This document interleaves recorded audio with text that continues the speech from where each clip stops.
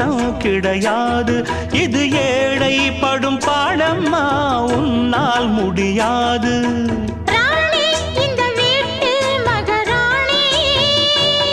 உங்க பாணி புது பாணி தள்ளி போனே.